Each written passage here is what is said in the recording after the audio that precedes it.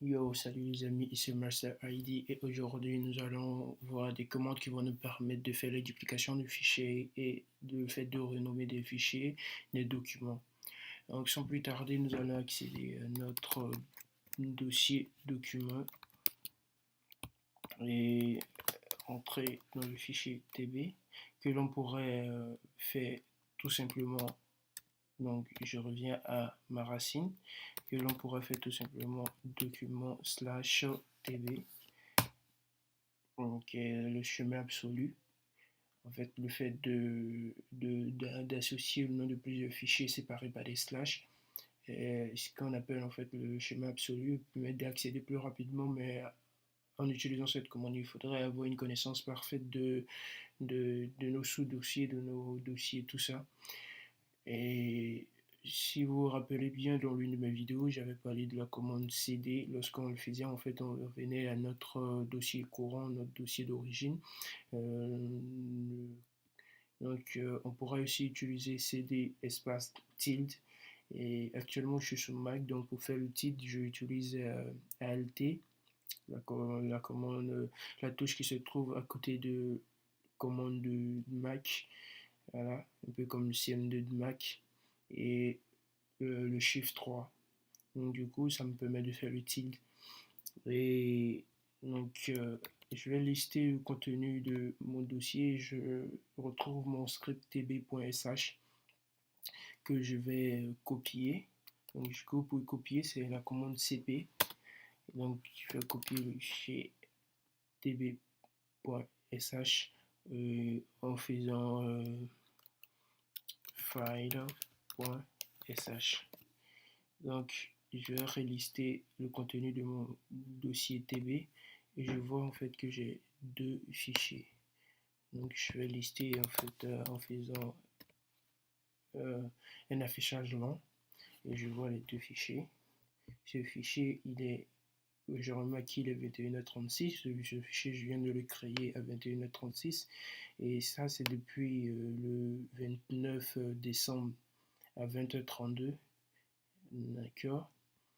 Donc, le fichier file.sh pourra le renommer. Donc, pour le renommer, je vais utiliser move mv pour move, qui veut dire déplacer, en quelque sorte, faire bouger.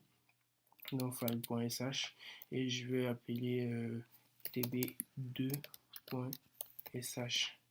Je vais relister cette fois-ci encore avec l'affichage lent et je vois que j'ai plus mon fichier file.sh mais j'ai tb2 qui est exactement ce que j'avais mis là.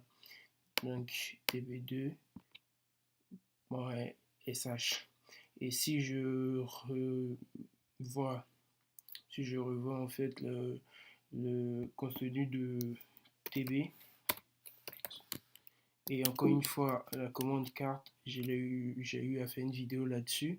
Donc, pour récupérer le contenu de mon fichier et le mettre dans mon terminal. Et du coup, si je fais 4 tb2, je remarque qu'il n'y a rien à l'intérieur. Et du coup, si je fais tb.sh, je vois aussi qu'il n'y a rien à l'intérieur. Donc, en fait, je viens de dupliquer un fichier vide. Et je vais utiliser VI pour mettre par exemple quelques documents, quelques fichiers, quelques textes. Hop, ne m'en voulez pas. Le lorem ipsum ne passerait pas, donc ici je pourrais faire cb et tb.sh et en tb3.sh. Et si je regarde le contenu de tb3.sh, je peux voir le contenu de ce fichier. Voilà, donc en fait, il recopie, il fait une copie du fichier avec tout son contenu. Voilà, et voilà, donc c'est un peu tout. Et puis, nous pouvons voir le contenu du manuel. Donc je vois. Là, je vais cb copy file et avec des des options, etc. Donc, vous pouvez voir la documentation, renseigner, tout ça. Au cas où je sentais que je peux, vous avez des questions, vous pouvez les poser sur ma page YouTube, ma page Facebook, Master ID. Et à la prochaine. Ciao.